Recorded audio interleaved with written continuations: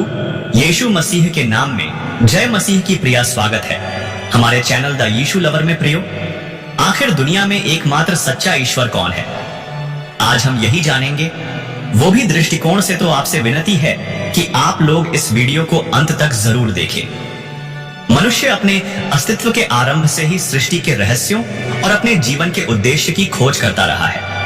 यह खोज हमें एक ऐसे परम सत्य की ओर ले जाती है जो न केवल हमारे अस्तित्व को परिभाषित करता है बल्कि हमारी आत्मा को भी शांति प्रदान करता है। धर्म इस खोज का एक प्रमुख साधन है जो हमें ईश्वर, सत्य और उद्धार का मार्ग दिखाता है। विश्व के प्रमुख धर्मों में ईसाई धर्म और हिंदू धर्म के विचार सृष्टि, ईश्वर की प्रकृति, जीवन के उद्देश्य और उद्धार के मार्ग पर गहन प्रभाव डालते हैं। परंतु इन दोनों धर्मों की शिक्षाओं में मौलिक अंतर है जो ईश्वर की सच्चाई और सृष्टि के उद्देश्य को लेकर दो अलग दृष्टिकोण प्रस्तुत करते हैं।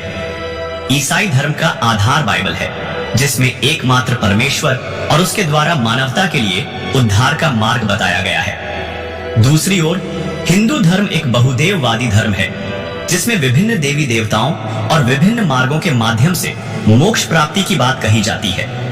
सत्य की खोज वह पथ है जो आत्मा को मुक्ति और सच्ची शांति की ओर ले जाता है। बाइबल सृष्टि के रचयिता को स्पष्ट रूप से एकमात्र परमेश्वर मानती है। उत्पत्ति 1:1 में लिखा है, आदि में परमेश्वर ने आकाश और पृथ्वी की रचना की। परमेश्वर ने केवल अपने शब्दों द्वारा संसार को उत्पन्न न किया। परमेश्वर ने 7वें दिन विश्राम लिया जिससे वह सृष्टि का पूर्णकर्ता सिद्ध हुआ।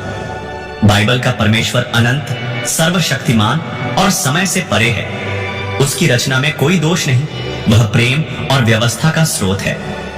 हिंदू धर्म में सृष्टि के रचयिता के बारे में स्पष्टता का अभाव क्या है? त्रिमूर्ति का सिद्धांत को तो जानते होंगे, जो ब्रह्मा सृष्टि के निर्माता, विष्णु पालनकर्ता और शिव संहारक हैं। इसके अतिरिक्त कई पौराणिक कथाएं सृष्टि की व्याख्या करती हैं, जिनमें प्रजापति, मनु और अन्य देवी देवताओं का योगदान माना जाता है। सृष्टि को एक अनंत चक्र माना जाता है जिसमें सृष्टि, पालन और संहार सतत रूप से चलते रहते हैं। बाइबल का दृष्टिकोण सृष्टि के रचयिता को एक अमात्र ईश्वर के रूप में दिखाता है।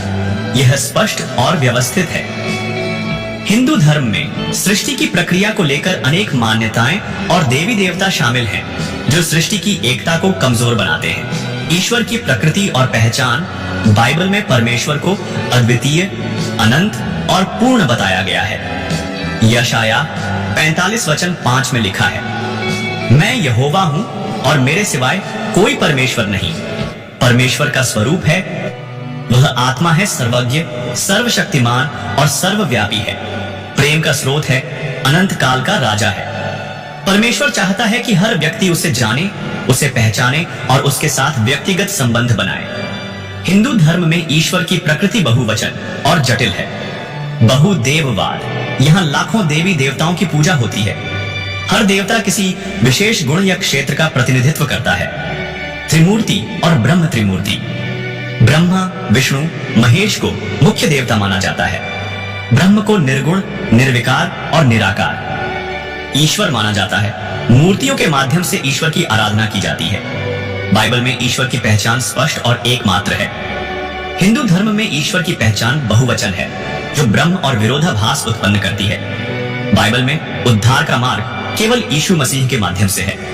यूहन्ना 14:6, मैं मार्ग, सत्य और जीवन हूं। मेरे द्वारा किए बिना कोई पिता के पास नहीं आ सकता। मनुष्य पाप में घिरा हुआ है, लेकिन यीशु ने अपने बलिदान द्वारा सबके लिए उद्धार का मार्ग खोल दिया। उद्धार के 3 मुख्य तत्व हैं। पश्चाताप, आप अपने पापों को स्वीकार करना। विश्वास, यीशु मसीह को अपना उद्धार करता।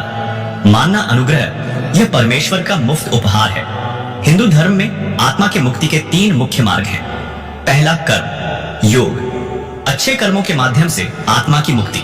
दूसरा, ज्ञान, योग, ब्रह्म और आत्मा के ज्ञान से मुक्ति। तीसरा, भक्ति योग, भगवान की आराधना और समर्पण, आत्मा की मुक्ति। पुनर्जन्म के चक्र से मुक्ति है, लेकिन यह पूरी तरह मनुष्य के प्रयासों पर आधारित है। बाइबल का उद्धार ईश्वर के अनुग्रह का उपहार है, जबकि हिंदू धर्म मोक्ष कर्मों और ज्ञान पर निर्भर है। बाइबल का दृष्टिकोण सरल और प्रेमपूर्ण है। बाइबल मूर्ति पूजा को सख्ती से मना करती है। निर्गमन 20 वचन 4 में लिखा है, तू अपने लिए कोई खुदी हुई मूर्ति न बनाना। परमेश्वर आत्मा है और उसकी आराधना आत्मा और सच्चाई में होनी चाहिए। हिंदू धर्म में मूर्ति पूजा आम प्रथा है। मूर्तियों को ईश्वर का प्रतीक माना जाता है। भक्त मूर्तियों के माध्यम से ईश्वर की आराधना करते हैं। बाइबल का दृष्टिकोण ईश्वर को किसी भौतिक वस्तु में सीमित करने से मना करता है। हिंदू धर्म में मूर्ति पूजा सच्चे ईश्वर की अवधारणा को सीमित करती है।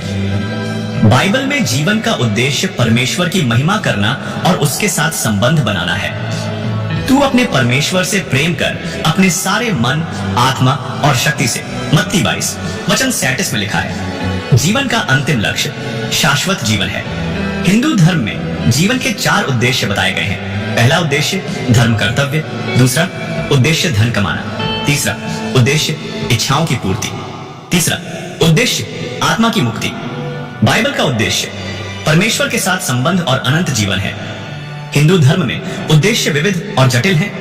पुनर्जन्म और अनंत जीवन। बाइबल पुनर्जन्म की अवधारणा को खारिज करती है। इब्रानियों 9 वचन 27 में लिखा है, मनुष्यों के लिए एक बार मरना और उसके बाद न्याय का होना ठहराया गया है। परमेश्वर मसीह में विश्वास करने वालों को अनंत जीवन का उपहार देता है। हिंदू धर्म का दृष्टिकोण से हिंदू धर्म पुनर्जन्म के चक्र में विश्वास करता है। पुनर्जन्म अच्छे या बुरे कर्मों के आधार पर होता है। आत्मा के मुक्ति के बाद पुनर्जन्म का चक्र समाप्त हो जाता है। बाइबल अनंत जीवन के बारे में स्पष्ट है। हिंदू धर्म का पुनर्जन्म चक्र मनुष्य को कर्मों के चक्र में उलझा देता है। ईसाई धर्म स्पष्टता, प्रेम और अनुग्रह का संदेश देता है। परमेश्वर अद्वितीय है। उद्धार केवल यीशु मसीह में है। जीवन का उद्देश्य परमेश्वर के साथ संबंध बनाना है। यीशु मसीह में विश्वास करो और तुम उद्धार पाओगे।